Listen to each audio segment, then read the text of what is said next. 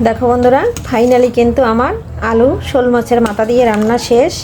আর কেমন হয়েছে বন্ধুরা দেখো, কালারটা কত সুন্দর, আর ধোয়া উঠতেছে, আর গরম গরম ভাত, জমে যাওয়ার মতন রেসিপি। কে কে পছন্দ করো চলে আসো আমার বাসায়। খেতে কিন্তু বন্ধুরা অপূর্ব হয়েছিল, অপূর্ব লাগতেছিল খেতে। চমৎকার একটা রেসিপি রান্না করে নিলাম। রেসিপিটা ভালো করে একবার রান্না করে নিও, খেতে কিন্তু দারুণ লাগে। বন্ধুরা সবাই কেমন আছো? শীতের সকাল দেখো, আজকে রোদ ওঠে নাই, একবারে পুরো আকাশ অন্ধকার, আর কি যে শীত লাগতেছে বন্ধুরা। আর দেখো চলে আসলাম শীতের সকালে আলু উঠাইতে। আর এই আলু কিন্তু ভীষণ ভালো লাগে শীতের দিনে, রান্না করলে তো খেতে অসাধারণ হয়। আর রান্না করব বন্ধুরা শোল মাছ দিয়ে। দেখো কত বড় আলু তুলে নিলাম। আর এরকম আলু কার কার খেতে পছন্দ কমেন্টে জানাতে পারো বন্ধুরা। আরও আমার অনেকগুলো আলু হয়েছে, একটা তো তুলে নিয়েছি, আরও তুলে নেব। আর এটা কিন্তু আমি সুন্দর করে মাটি ছাড়িয়ে নিচ্ছি বন্ধুরা, আর তুলে নিচ্ছি। এরপরে কিন্তু ধুয়ে আমি ঘরে নেব। দেখো অনেকটা কিন্তু বড় হয়েছে।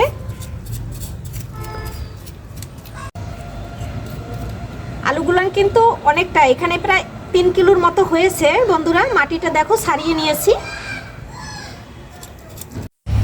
দেখো বন্ধুরা, আলুটা রান্না করার জন্য আলুটা কিন্তু ছোট ছোট করে কেটে সুন্দর করে গরম জল দিয়ে ধুয়ে নিয়েছি। আর বন্ধুরা এই আলুটা কিন্তু কাটার পরে গরম জল দিয়ে ধুইতে হবে, নাই কিন্তু অনেকটা লোদ থাকে, আর লোদটা কিন্তু যায় না। গরম জল দিয়ে সুন্দর করে ধুয়ে নিয়েছি ছোট ছোট করে কেটে। আর এদিকে দেখো আমি রান্না করব শোল মাছের মাথা দিয়ে। আর শোল মাছের মাথাটা সুন্দর করে ধুয়ে পরিষ্কার করে নিয়েছি। এখন লবণ হলুদ দিয়ে মেখে নেব। হলুদ আর লবণ দিয়ে দিয়েছি, এখন আমি এটা মেখে নিচ্ছি। ফ্রাই প্যানে তেল গরম হয়ে গেছে, সুন্দর করে মাছের মাথাগুলো ভেজে নেব। মাছটা কিন্তু আমি সুন্দর করে ভেজে নেব। আর এই শোল মাছ দিয়ে আলুটা রান্না করলে কিন্তু বন্ধুরা অনেক মজা লাগে। আমার ভিডিও যে বন্ধুরা সবসময় দেখে, সুন্দর সুন্দর কমেন্ট করে, তাদের জন্য অসংখ্য অসংখ্য ধন্যবাদ। দেখো বন্ধুরা, মাছটা কিন্তু আমি সুন্দর করে ভেজে নিচ্ছি। আর এটা কিন্তু নদীর শোল মাছ। আমরা যেখানে থাকি এখানে কিন্তু বাসার পাশেই নদী। আর সকালবেলা এখানে অনেক জেলেরা মাছ ধরে, আর সকালবেলা আমাদের বাসায় মাছগুলো দিয়ে যায় বললে পরে। আলুটা রান্না বসানোর জন্য এখানে আমি কড়াইতে তেল দিয়ে দিয়েছি, কিছুটা কাঁচামরিচ দিয়ে দিয়েছি। আর আলুটা রান্না করার জন্য এখানে কিন্তু কিছুটা পেঁয়াজ কাঁচামরিচ দিয়ে দিয়েছি। এখন আমি সুন্দর করে ভেজে নেব। এটা ভেজে আমি আলুগুলো দিয়ে দেব। আর আলুতে কিন্তু আমি রান্নার আগে ফোড়ন দেই না, রান্নার শেষের দিকে ফোড়ন দিয়ে নামালে আলুটা খেতে খুব ভালো লাগে। আর এদিকে দেখো পেঁয়াজটা প্রায় ভাজা হয়ে গেছে, পেঁয়াজটা ভাজা ভাজা হয়ে গেছে। এখন আমি কেটে রাখা আলুটা দিয়ে দিচ্ছি। আমি যে জলটা দিয়ে দিয়েছি, এখন আমি মশলাগুলো গুঁড়ো মশলা দিয়ে দেবো। দিয়ে এটা সুন্দর করে কষিয়ে নেব। হলুদটা দিয়ে দিয়েছি, স্বাদ অনুযায়ী লবণ দিয়ে দিচ্ছি। বন্ধুরা এই আলুটা একটু ঝাল ঝাল খেতে ভালো লাগে, তাই একটু কাঁচামরিচ তো দিয়ে দিয়েছি।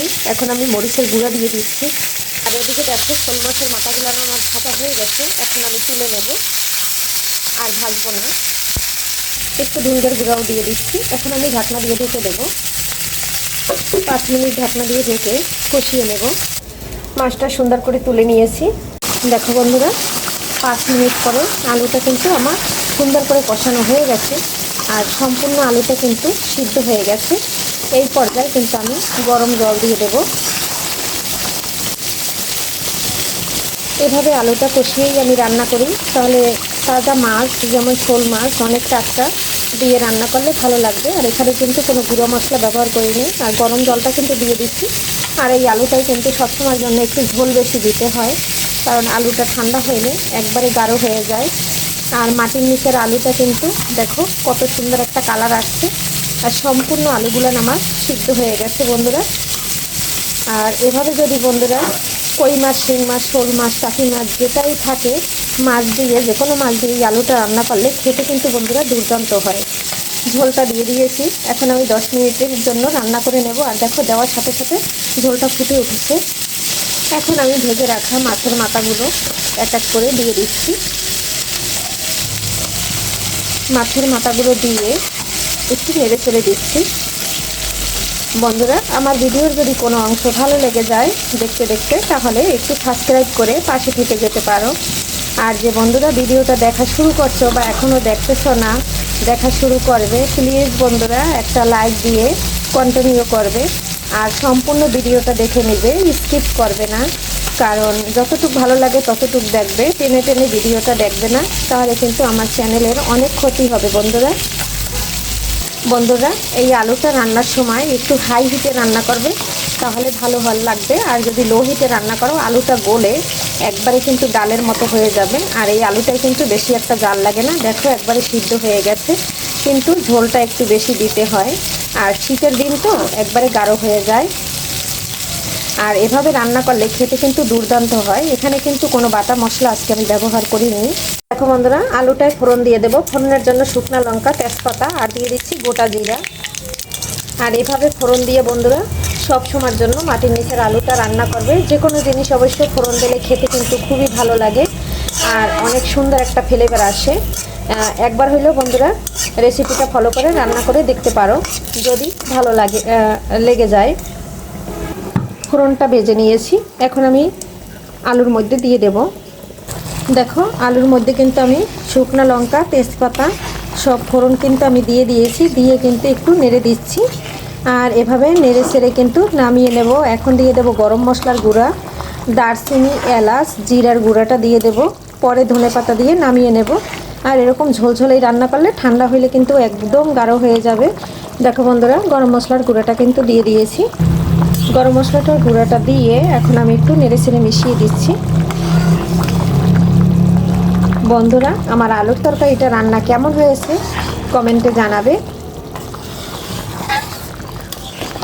আর এখনও যে বন্ধুরা আমার ভিডিও দেখো কিন্তু সাবস্ক্রাইব করো নাই, তারা প্লিজ বন্ধুরা একটু সাবস্ক্রাইব করে পাশে থেকে যেও। দেখতে দেখতে এক সময় আমার কথা এবং কাজ এবং রান্নাবান্না ভালো লেগে যেতে পারে। এখন আমি দিয়ে দিচ্ছি ধনেপাতা। আর এদিকে কিন্তু আলুটা আমার হয়ে গেছে, এখন একটু নেড়ে ছেড়ে দিচ্ছি। নেড়ে ছেড়ে দিয়ে বন্ধুরা আমি কিন্তু এভাবেই নামিয়ে রাখবো। আর আমার আলুটা কিন্তু একবারে দেখো সিদ্ধ হয়ে গেছে, ছেড়ে দিচ্ছে। দেখো বন্ধুরা, রান্নাটা কিন্তু হয়ে গেছে। আজকের ভিডিও বন্ধুরা এখানেই শেষ করছি, পরবর্তীতে দেখা হবে নতুন কোনো ভিডিও নিয়ে। এ পর্যন্ত সবাই ভালো থাকো, সুস্থ থাকো, বাই বাই।